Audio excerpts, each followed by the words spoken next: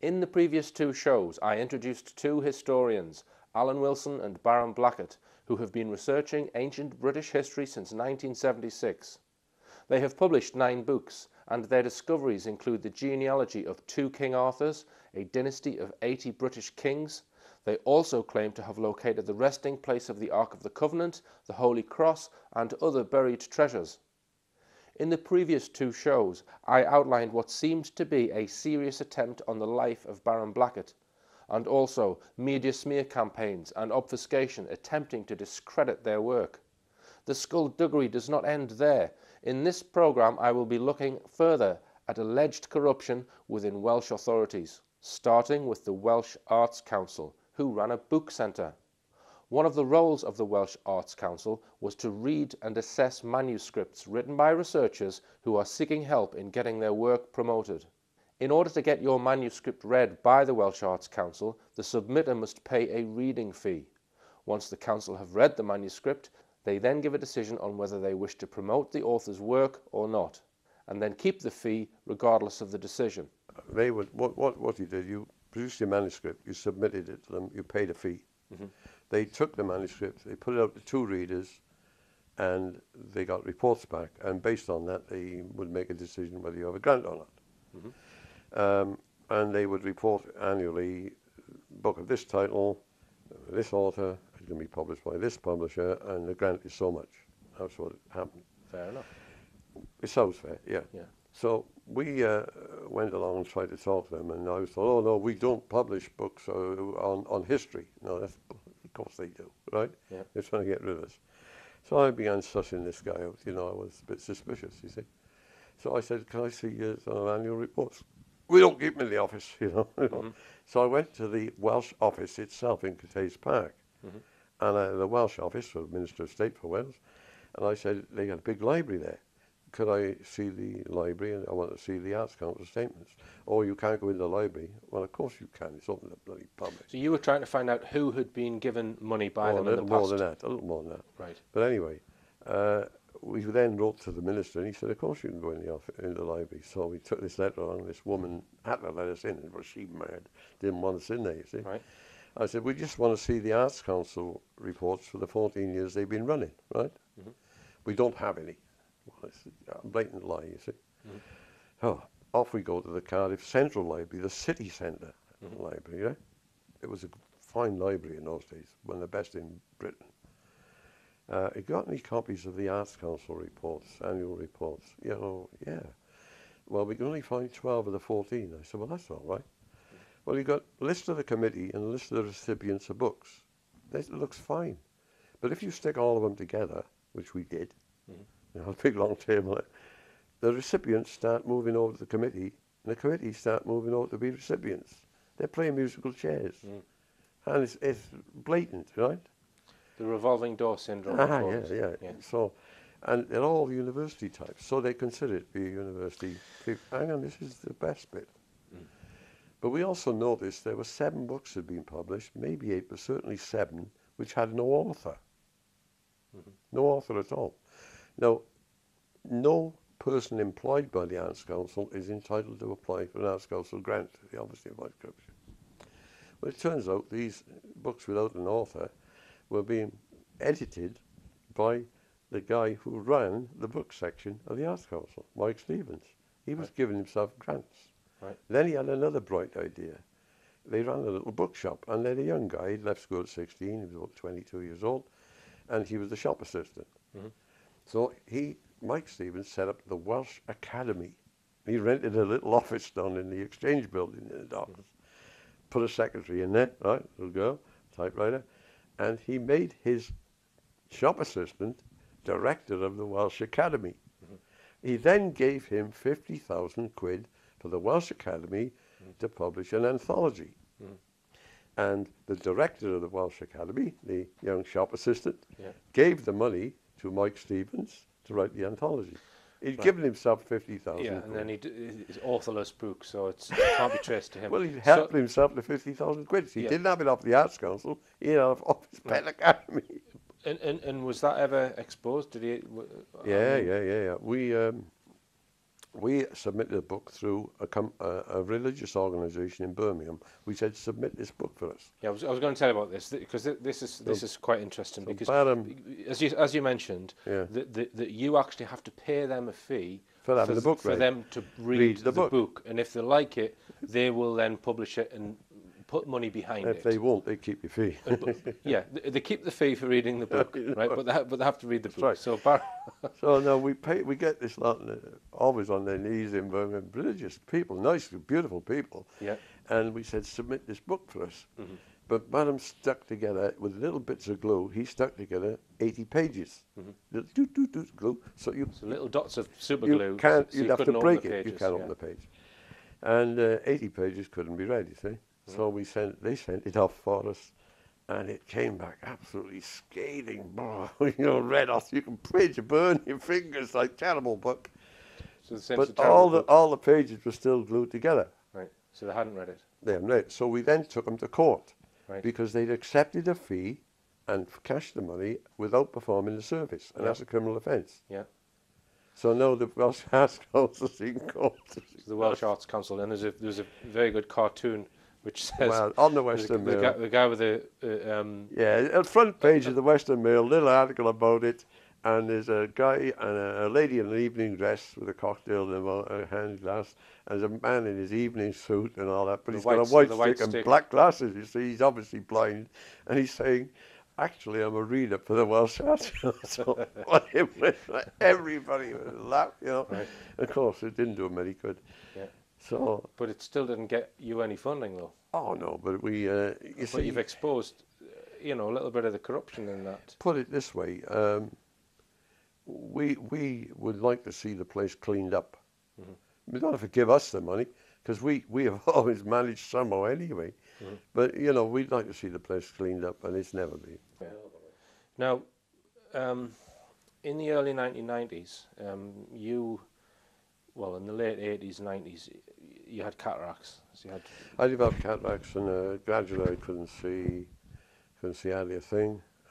We'd had a guy back and forth that we'd met because we're planning to leave Cardiff, and so we've been looking along the south coast, Bournemouth, Brighton, Hove, along there, And we'd met a guy on there who was helpful to us. He seemed to attach himself to us, and he used to send us info. He'd come up to Cardiff. This is Ridgeway. He'd come up to Cardiff, and he'd had an accident on the way in his car. And so he was in Cardiff during that Christmas period. So he'd been staying at your property? Well, his car was in a hell of a state. He was trying to get it repaired, and he was stuck. He was on his way to Dublin, actually. And he was in a hell of a way, so we said he can stay here. We were a bit like that. Didn't worry us. He'd been living in the same property, and was he helping you with your research, this guy? Well, he rented a room. What's this chap's name? Leonard Francis Green. But he's got several different names, aliases. Yeah. In 1991, there was a report in the press about some stolen paintings. My colleague said to me, look, he said, let's get out of this. And we came up to Newcastle for the Christmas, the family there.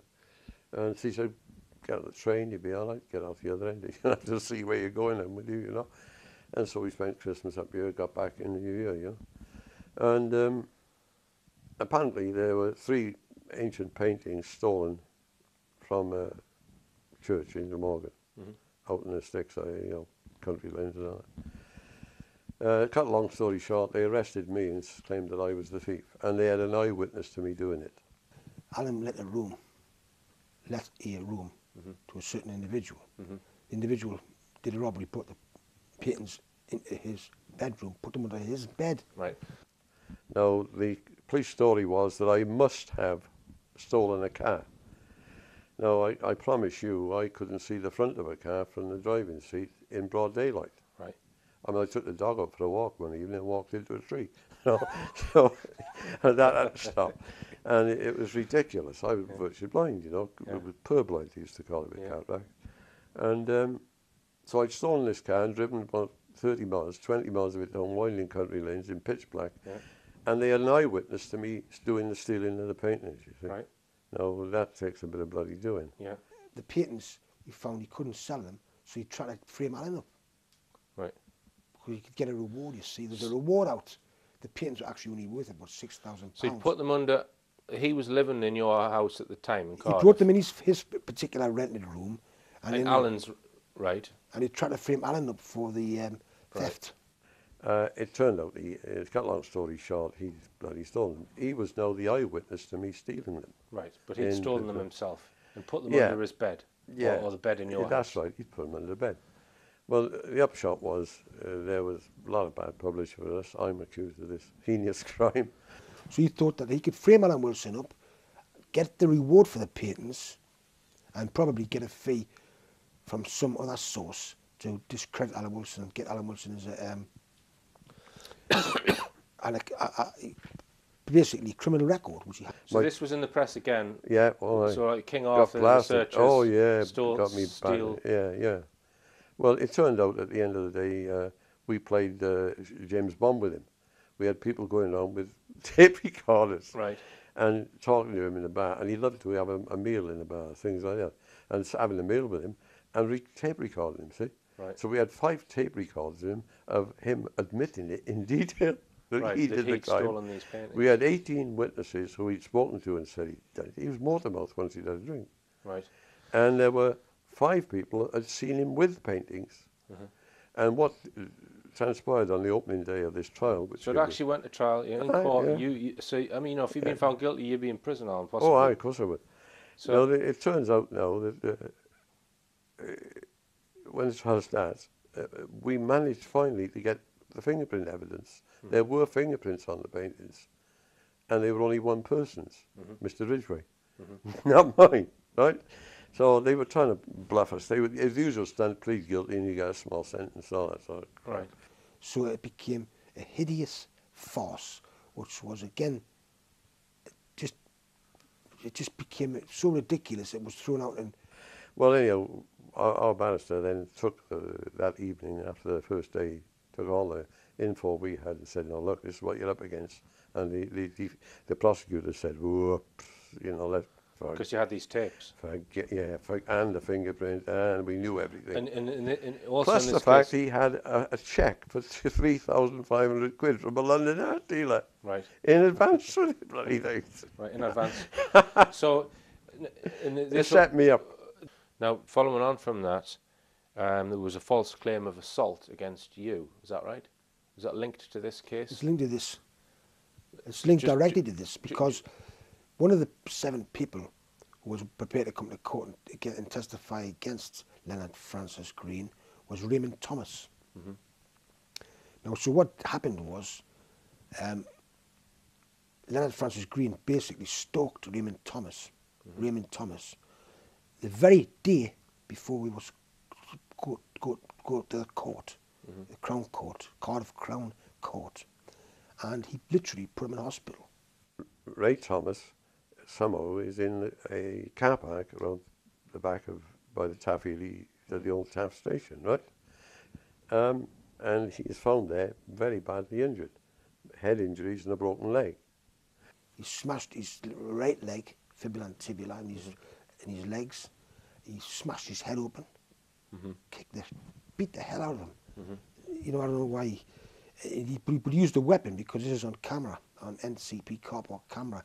I don't know if people no doubt remember the old mobile phones weren't little small things like a shell. In them days were more like a recorder, like the size of this, or bigger than this recorder I've got in my hand. And he used the steel case of the mobile phone, which he's probably strategically bought for that purpose, you know, as a sort of a truncheon. And he was beating him like that. You could see by the cameras in the car park. And Raymond Thomas, his face was literally, looked as though someone had been chopping sticks on it. It was all smashed up to the side. Bones were broken. It was scars, permanent scars. His legs were broken. And, of course, he could not be a witness in court. So he was going to be a witness to defend you then? Yeah. About this painting? He was a case. witness to defend me, to exonerate me. They arrested Barham and accused him of attacking Ray Thomas. Ray Thomas is I went to see him in hospital, in hell of a state, right? And that's a very serious offence. You get automatic 7 years, I would think. They claimed to have a film of the attack, which my colleague says impossible. I didn't do it, so you can't have a film of it. 5 times, Mike Williams, our solicitor, attempted to see the film. Now, they put in writing that they've got this film. The director of the prosecutors, right? He finally got to see the film, and when he got to see the film, it shows Ridgway and a large man in uniform, attacking Ray Thomas. Now, hey, hang about. They've put it in writing that it's my colleague. Now, there's something seriously wrong here, isn't there? I got arrested and charged with Section 22 GBH, which is the highest level of assault there is, next to manslaughter. So he's obviously got connection with the police in order, or he's gone and persuaded the police that you've done that. Even exactly. though, but they had CCTV camera of it, but showing it wasn't you, and they still arrested you. Is that right? There's a Mr. Hughes from the Crown Prosecution Service which said in a letter that I was seen on CCTV cameras in the NCP car park, Cardiff, actually assaulting Mr. Raymond Thomas, which is not true. Who was actually on the cameras? Now, this is from Mr. Hughes of the Crown Prosecution Service. Who actually assaulted Ray Thomas on the cameras is Leonard Francis Green and another man. So what was the CPS saying? They were saying it was trying to incriminate me, and is that which in is writing? a criminal offence. I've got it in writing, yes, I have absolutely got that in writing. Right. So yeah, they now try and drop the case against my colleague from the... It's got to go before the state penitentiary magistrate, Sir Lincoln Halloran, who was no fool and a tough guy. Right. And the prosecution came up and went to the Lincoln Halligan and said, listen, we wish to drop the charge from Section 22 to common assault. They sent along some solicitor, one of these guys that hangs around the court looking for a bit of business. The public prosecutor didn't turn up. Right. So Halloran says, hey, wait a minute, you want to drop this from the most serious charge in the calendar for attacks and assaults against Barham, to the most minor. He said a punch on the jaw in a bar. He said, what is this all about? Of course, the guy couldn't tell him. Right. And his uproar. And Lincoln Halligan looked perplexed. He said, what is this? It's some sort of pantomime or whatever.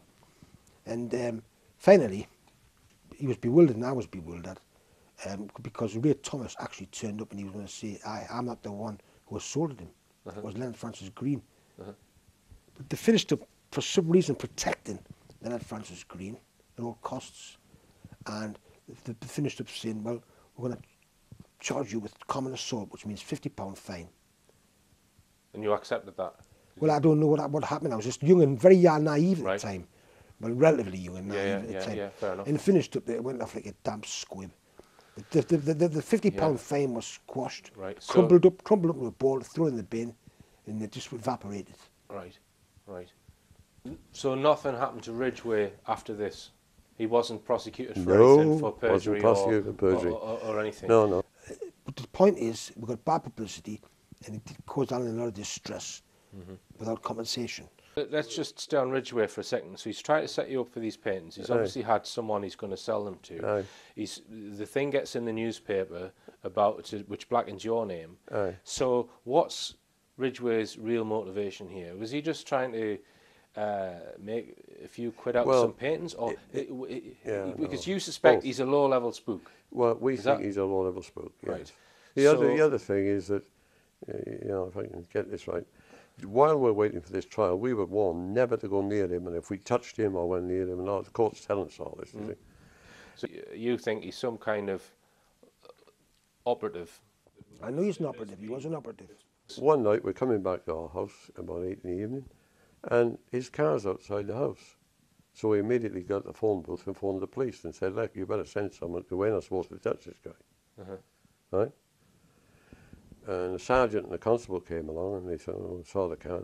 So they phoned somebody, and a detective comes along. what are we going to do? And we heard, oh, he's our witness. So they refused to arrest him. Right. He's inside the house. He drove off with 1,500 quid's worth of our gear, right, aided by the cops. right. Now, you know, it's that bad down there. Now, this could link into something which has happened recently, because Barham alleges that Ridgway once showed him an incendiary device. Yes, he did. Well, he did. He showed me. And what? And he let it off. No, well, I didn't see him let it off. No, but he did show me they had them. Right. So this was in what? This was in His early 90s. His father worked for MI5, but as a technician. Right. And he frequently alluded to the fact his father made explosive under the devices. Okay. That's all I can tell you about that. He also claimed that a building in Bournemouth was burned down with such a device. Right. And he had photographs of it before and after, and him sitting inside it. And and he was also involved in insurance claims as well. Yeah, well, when we were in Hove, we were walking down the street one day, and a car drove up, beep, beep, beep, and it's him in Ridgway. Well, I wasn't too fussy on talking with him, but I've always taken the view of find out what you can, you know. Use this and not that, you know. And so he invited us for a drink, so we went in to have a drink with him.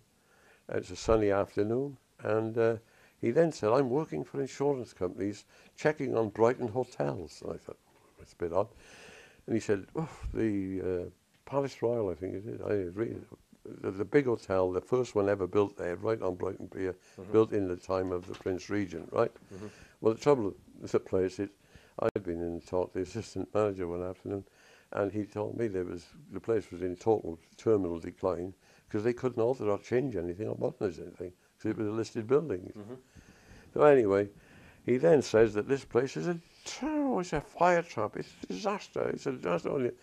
So he walked out to the argument, the toilet. I said, he's going to burn the place down. Right. You reckon? I said, no, nothing about insurance, I was going to burn it down. No, we went to Bristol, another court case, and I was on the third floor of this place, and I put the TV on, and there's this building on fire at 6 in the evening. And I ran downstairs to him, I said, put your TV on. Now this guy goes under various different aliases, doesn't he? We later found out. At first we thought he was a good guy. At first we thought he's all right, a good guy. But we found that he had about 10 names. Right. Richard Allen, Mr. Allen, Allen. I wrote some of them down. Mr. Thompson, he's got an Irish name as well. His Irish name is Liam Green or Leonard Green. Right, yeah. He's got a passport under that from Ireland. Right. He's on Ridgway, he's Mr. Thompson, he's Mr. Max something or other. So I've got Ronald Allen Francis Ridgway, Richard Allen, Leonard Francis Green, Liam Green, Mr. Johnson. Mr. Johnson. He's 5'8" with dark curly hair, he's got a public school accent, and he's in his late 50s, early 60s. What had happened when I was charged with the offence, you see, my solicitor was cute, a young guy. He canvassed all the courts of the UK. Quite simply asking if a person of these names was, in trouble. And there were 14 bench warrants out for him. He's fleeing from one place to the other. Right. So, but do you think he's got some kind of immunity? Yes. Right. Yes. So he's, as you say, could be just a low-level spook who was able to get off through whatever connection. Yeah, he was on trial in Cardiff then for obtaining goods for £7,200, not paying.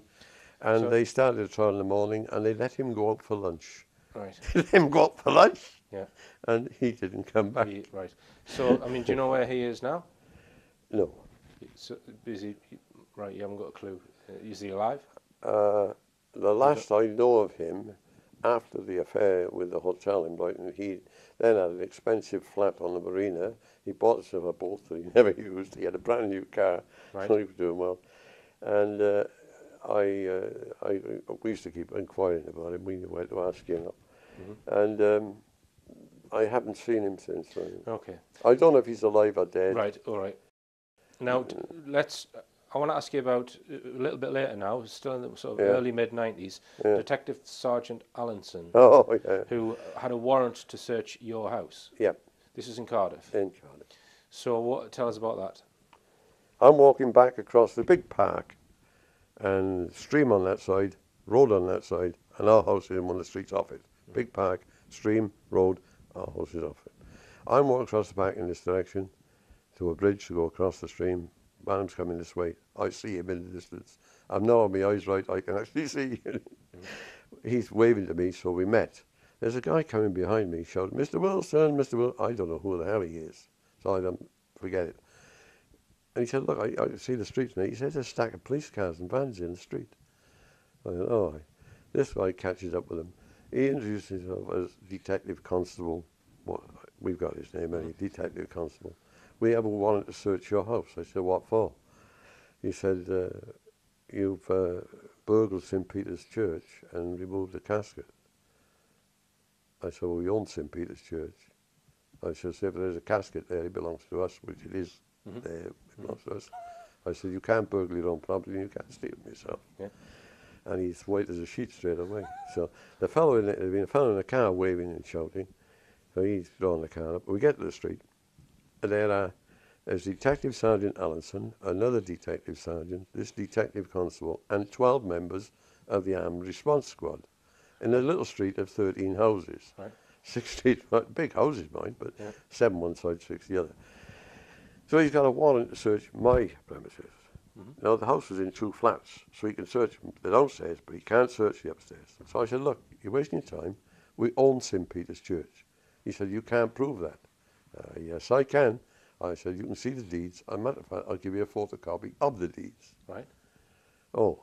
He said, well, you removed the casket. I said, well, A, we haven't removed anything. B, if we did, it would belong to us. You can't prove that, he said. I said, well, what the hell am I talking about? He insists on searching. Now, if you're looking for a casket, 4 foot, which is 2 foot by 2 foot by 18 inches, am I talking about? What does it mean? So was there 65 centimetres. Was there a casket, Alan? I mean, you don't need 15 officers to search a bloody house for it. But was there a casket? No. It's still buried in the church. It's still where it should be. All right, so it's underground? Yeah, I know. How do you know it's there then?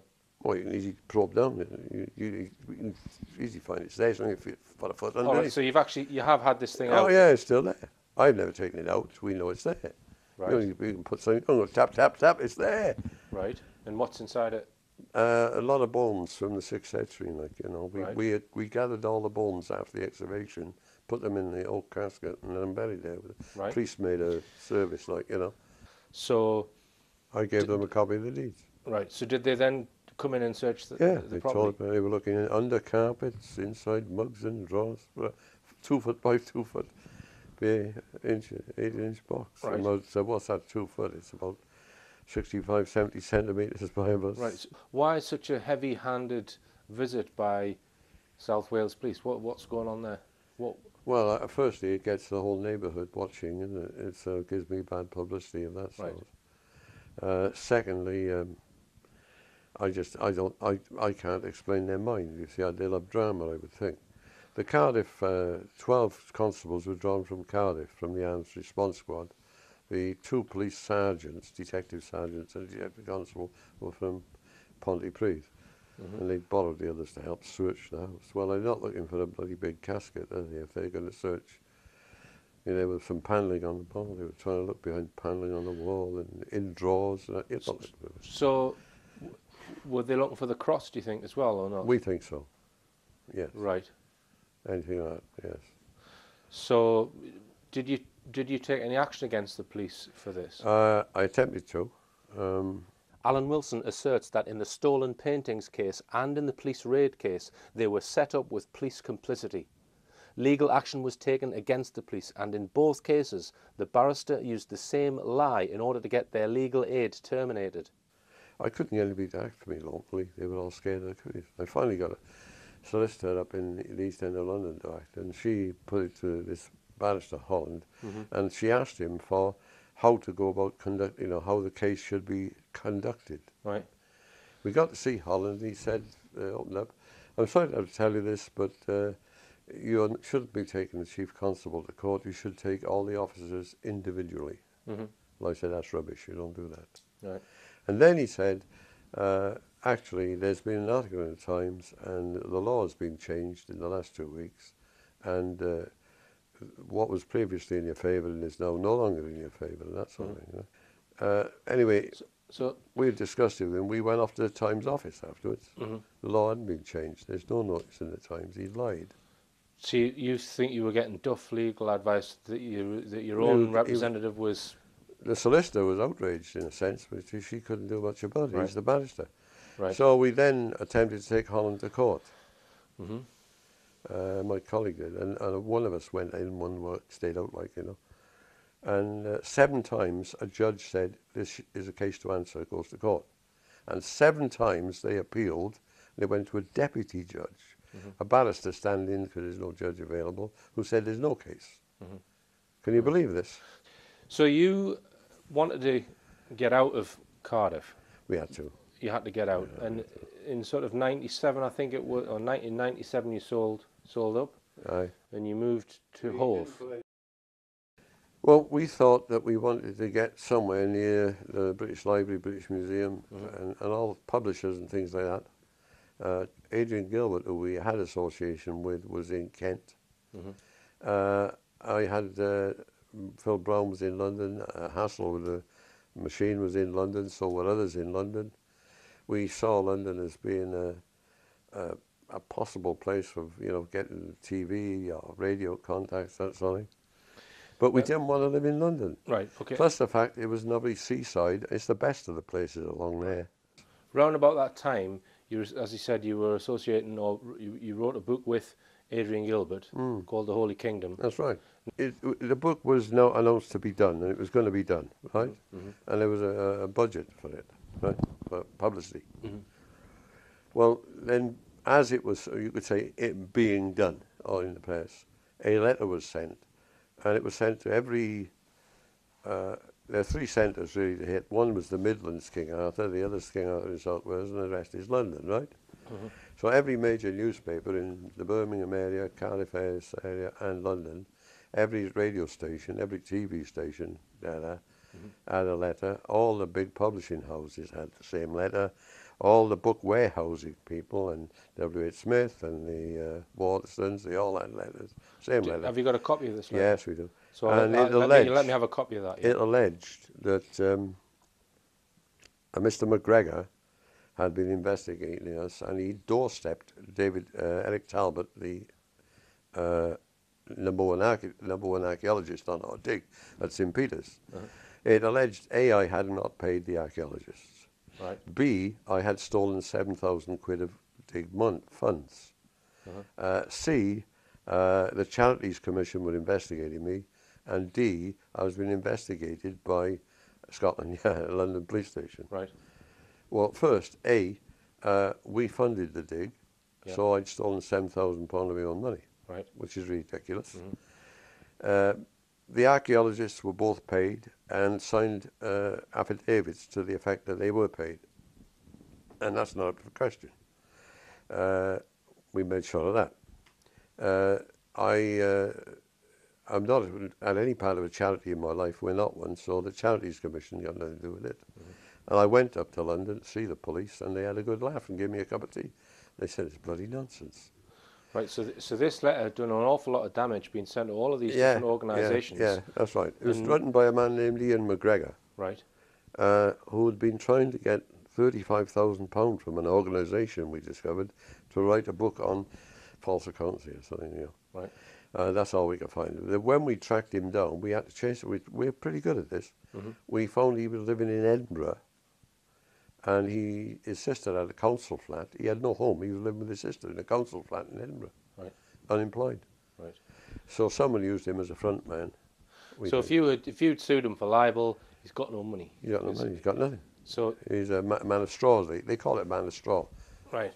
So it's possible he's been bunged something to do that. Oh yeah, he claimed that he'd gone to Penrith Hyber and the places, and he doorstepped, in other words, knocked the door of Eric Talbot. Talbot never heard of him. So the Holy Kingdom was published in 1998.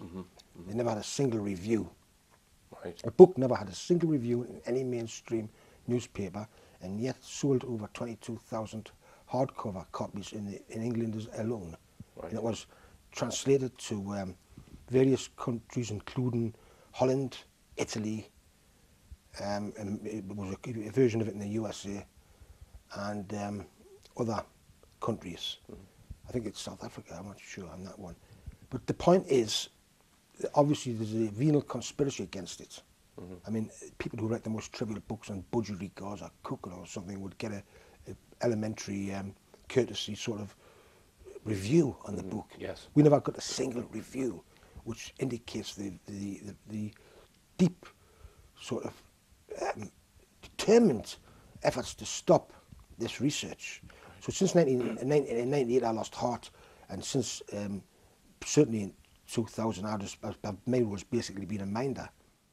The publishers, then there was a large 3-page, 2-page spread in one of the Sunday papers. I don't know if it was the Sunday Telegraph, it wasn't the Sunday Times maybe. And a director of the company, Bantam Press, had a sort of a strange weekend. He'd woken up and been reading this book on a Friday, and he'd woken up Saturday morning and realised this was a bestseller. It was called The Lazarus Child. Right. Little girl in hospital, dying of disease, and they're trying to bring her back to life, save her. Right. And so he made an offer he rang up, what you never do, you usually wait a 5-day week, like, to the agent who's acting for this author, and made a substantial offer. The agent came back to him that afternoon and said, we've had a better offer from someone else. So he then makes another frantic offer late that afternoon, and the agent came back to him on the Sunday morning and said, sorry, we've got an even better offer from the other side. Every time you make us offer, of course, those silly buggers don't know whether there's a counter offer, does he? And this goes on, and so on the Sunday afternoon, he finally makes an offer of $425,000, huge sum of money, for the rights of this bestseller book. And they got The Lazarus Child. Then they spent Monday. He frantically had to tell his colleagues what he'd done in his rush. He's writing all this in the press.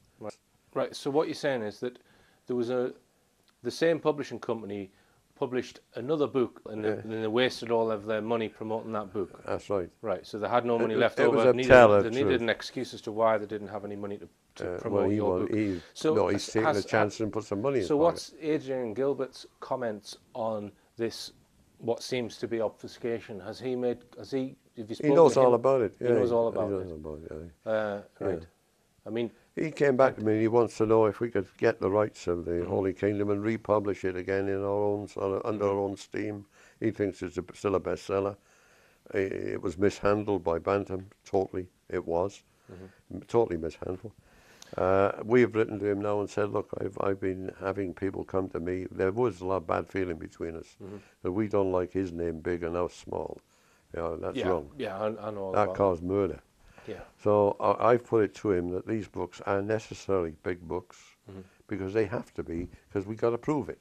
We can't just write about King Richard. We've got to prove there was a King Richard. And, you know, we've got to prove he did go on a crusade. Yeah.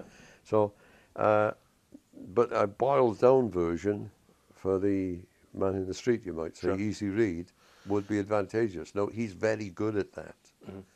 So we've suggested that we can consider doing that. Now I spoke to Barham about a few years after you'd moved to Hove, I think. There was this jackhammer incident where... Oh, every time we hired a car to go off for one of these endless trials and preliminary hearings and preliminary hearings and preliminary hearings, every time there was an incident. This time we were driving from Hove towards Cardiff. There was 2 cars in front of us. We'd hired a car and we're driving out of Brighton onto the main road. It's a highway and it becomes a motorway. Just on a motorway? On a major motorway. Probably the M4 then? I think it may have been the M4, one of the major ones. And a heavy traffic. It's 2 lanes. And we're on the inside lane. There was a little red Mini in front of us, and behind it, inside a rusted red van. But it was also strategically placed. It was no fields. It was stone. There's a sloping area on this side of the road. You know, you're the inside. And the Mini went shot out sideways into the outer lane. And as they did, the doors of the van opened and the jackhammer came out. Alan witnessed 2 men in crouched positions in the back of the van immediately after the van doors opened. A transit van, the door opened and a jackhammer literally fell out in the middle of the road and got jammed in the engine of the car we were driving. So you drove straight into this jackhammer, you're on the motorway, right? Well, the jackhammer's way over 100 weight, and we went straight up and over it. And it ripped the sump out of the car. Hell of a mess. Right. But I didn't swerve to the left or right. I thought, no, just hold it, stayed on. It wrecked the car. Well, then we wouldn't have arrived at the court case, you see. The doors came open strategically. It wasn't accidentally. They were done slowly in case of any wind. And did you see anyone in the back of the van? No, Right. nothing at all. It's So- just the jackhammer fell out, and we went straight into the jackhammer, and the sparks everywhere. I remember the sparks flying behind the car. Right. Literally, like a spark. Could that not just been an accident, Sparkle. Baron? Not in a million years. 9 times out of 10, most people would have instinctively turned the wheel to avoid the jackhammer. Which means that if you instinctively turn the wheel at 70 or 75 miles an hour, the car would spin. There would be an accident. But instead of that, he's just stuck. He's kept it still, the wheel, and continued straight on. That's one thing. Another time, and the tyre went right down. Right. And there was a big nail in it. But when we got it back to the house, there was a split remains, where the holes had been, of a triangular piece of wood. Right. And they'd have put the nail in like that, put it on the wheel, and it would have gone in. Right. That's two of it. But every time we hired a car, it got wrecked. So what I did after that, there was a place near to us which hired vans of all sizes. So I'd go along there at 8 o'clock, and they'd have a van on the road about 12 past. Right. The other, when you hire a car, they want your credit card number a week in advance and all this to hire the car. Well, whoever can check on credit cards could check that you had hired a car at a certain day. You follow me? And they know you're going to court in Bristol, miles away. And so I go on. We decided to start publishing again in 2004. So now we published the King Arthur Conspiracy. But we did it under the name of Grant Barkley. We got him to stand out in front for us as an editor, right? Actually, all he's doing is preventing people knowing we're publishing. Yeah. You follow? It went to the crew office of the company and then to Canada for publishing. Now, that then gives the copyright and publishing rights in Britain completely free. Right. They're free anyway, but it's barriers. Right. And that went through. Next year, we published the next book, which was the Moses in the Hieroglyphs. They were waiting for us. Because after 7 weeks, I'd heard nothing. Now, usually there's a minor query about that and a couple of minor queries about this before they send it off, you see. It gets printed in Canada. But nothing. So I phoned up and I couldn't get sense, you know. So on the spur of the moment, I looked up the number. I phoned Victoria, Canada, and I said, can you tell me the progress on this book? And what's your name? They said, well, we've not heard a word of it. There is no such book. I said, well, I've sent you the check. You've had your check in, or the check number. They've gone to the... What's your mic on? Yeah. It was gone off in the right period of time. It's got the title of the book and da-da-da. I said, no, I've not heard one the slightest query, I said, which is damned odd with a book, like, you know. I said, yeah. Well, they said, can we ring you back? I said, yeah. So they rang me back and they said, look, don't do anything, right? We will be in touch. Don't do anything. Well, that day then, they put 2 people on a plane from Canada and they were over into Crewe, where the office was. And they got there, I don't know about the hours, how we did it, no, but they got there before the office closed. And they searched the one office of 3 offices. They went to a hotel for the night, came back next morning, they thought, we'll search the same room again, just in case, and we'll go back. And there, in a locked big steel cabinet, on a shelf that had been emptied the day before, was the book and everything, all the stuff that should have been sent to Canada. It turned out that the woman in charge, an Oxford graduate, her husband had been approached by an MI5 man, who we know, and he is MI5, and this guy had talked to this guy, and then the wife had taken the stuff and hidden them in the loft of her house. So this is preventing the publication. source material getting to the printer? Well, all the illustrations, all the text, Right. and the DVD of the text. And there was another case where you... So they then shut the Crewe office, sacked everybody, and opened the office up in Oxford. Right. Fairly quietly, actually. So the third book then we did, which would be Discovery of the Ark. That went to Oxford, and that went through reasonably well, right?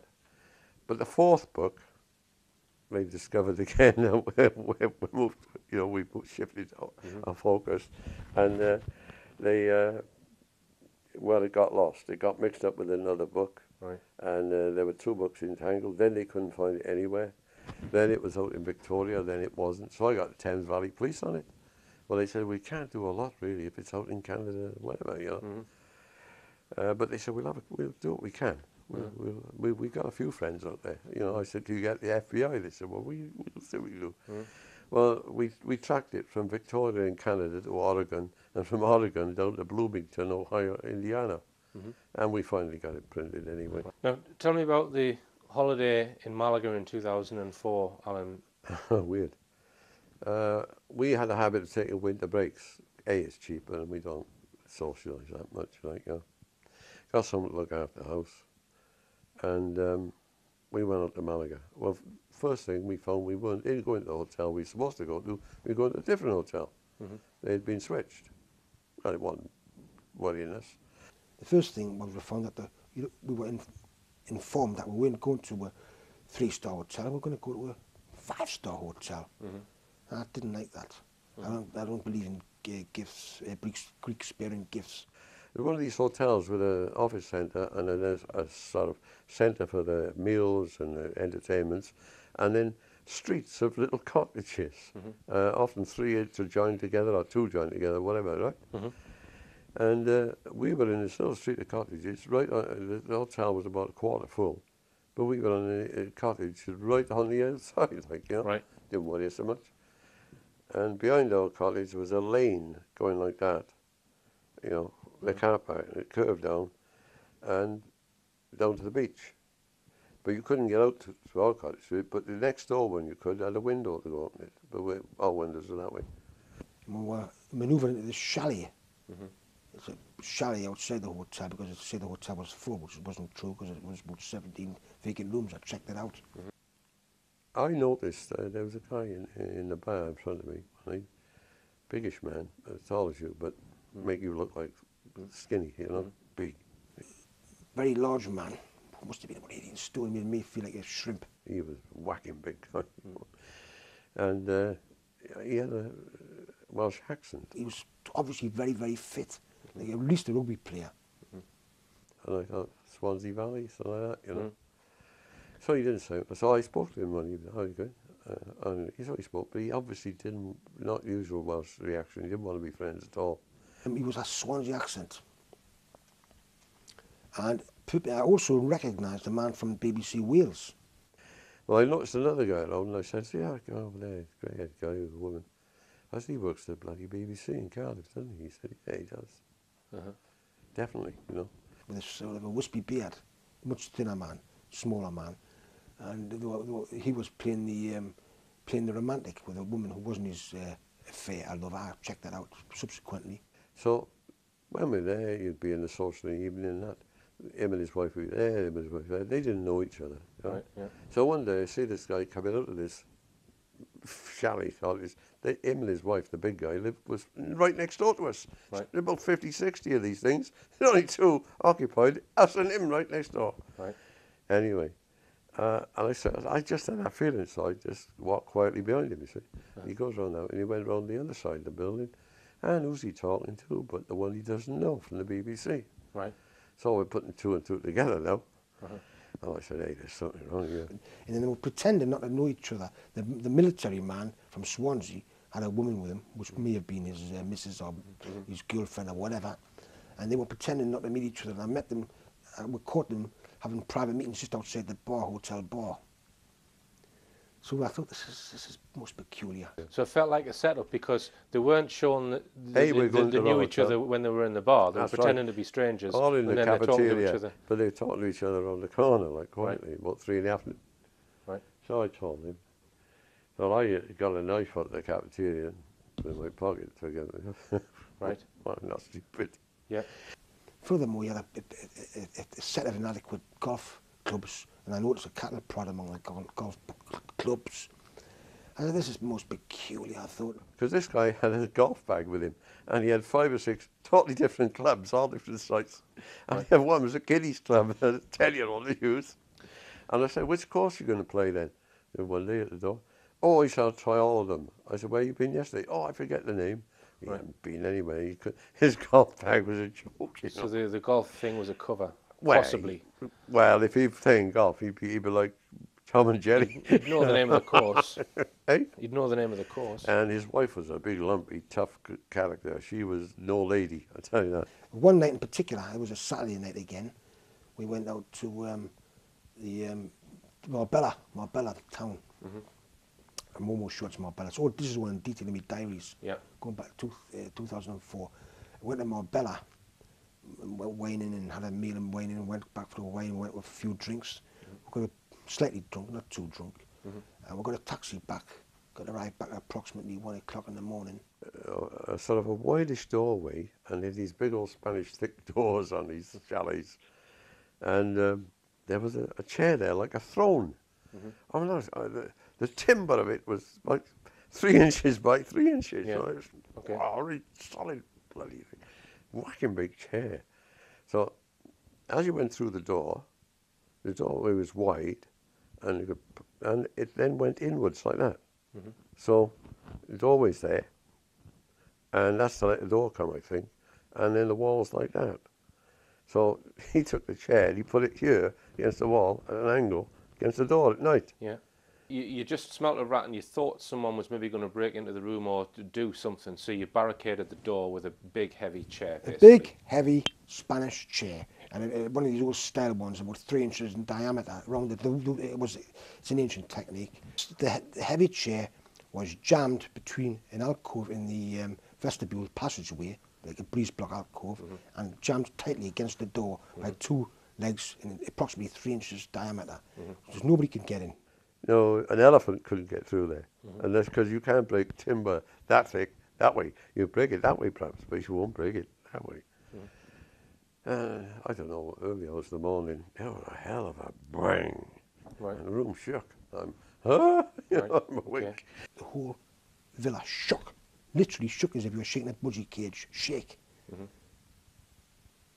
I would bed I got in the night, and there was another bump. So you must have really suspected something not right if you're going to barricade your door. It's not something people normally do, is That's it? right. Right. That's right.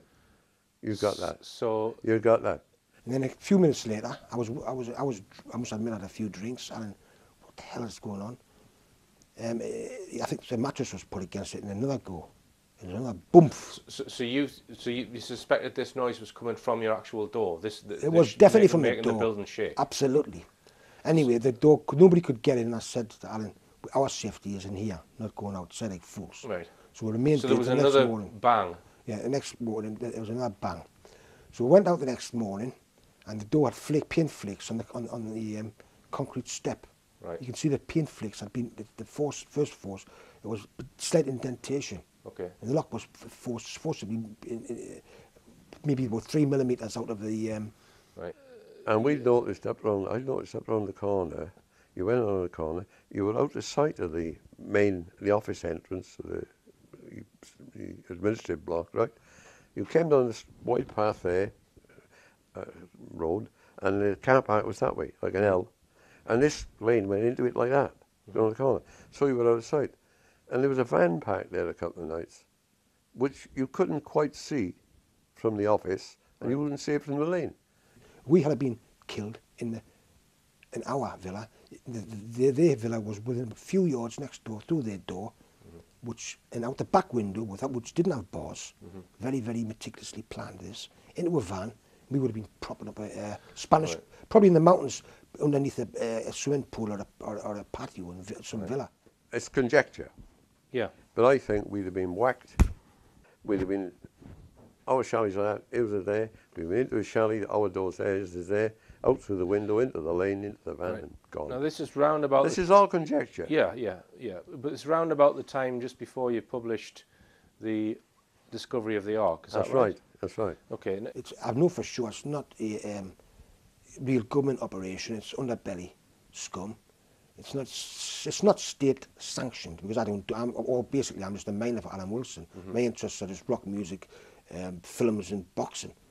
I don't do anything that 99% of the population don't do, male.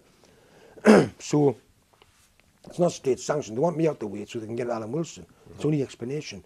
And after the attempt, the Malaga attempt failed, and Gareth Dowdle was sacked within weeks of that. You've got the email. Yeah. And the details. What's the matter? How can't I get through this Newcastle bastard? Because they don't really want me by definition. They want to get rid of Alan Wilson's best ally.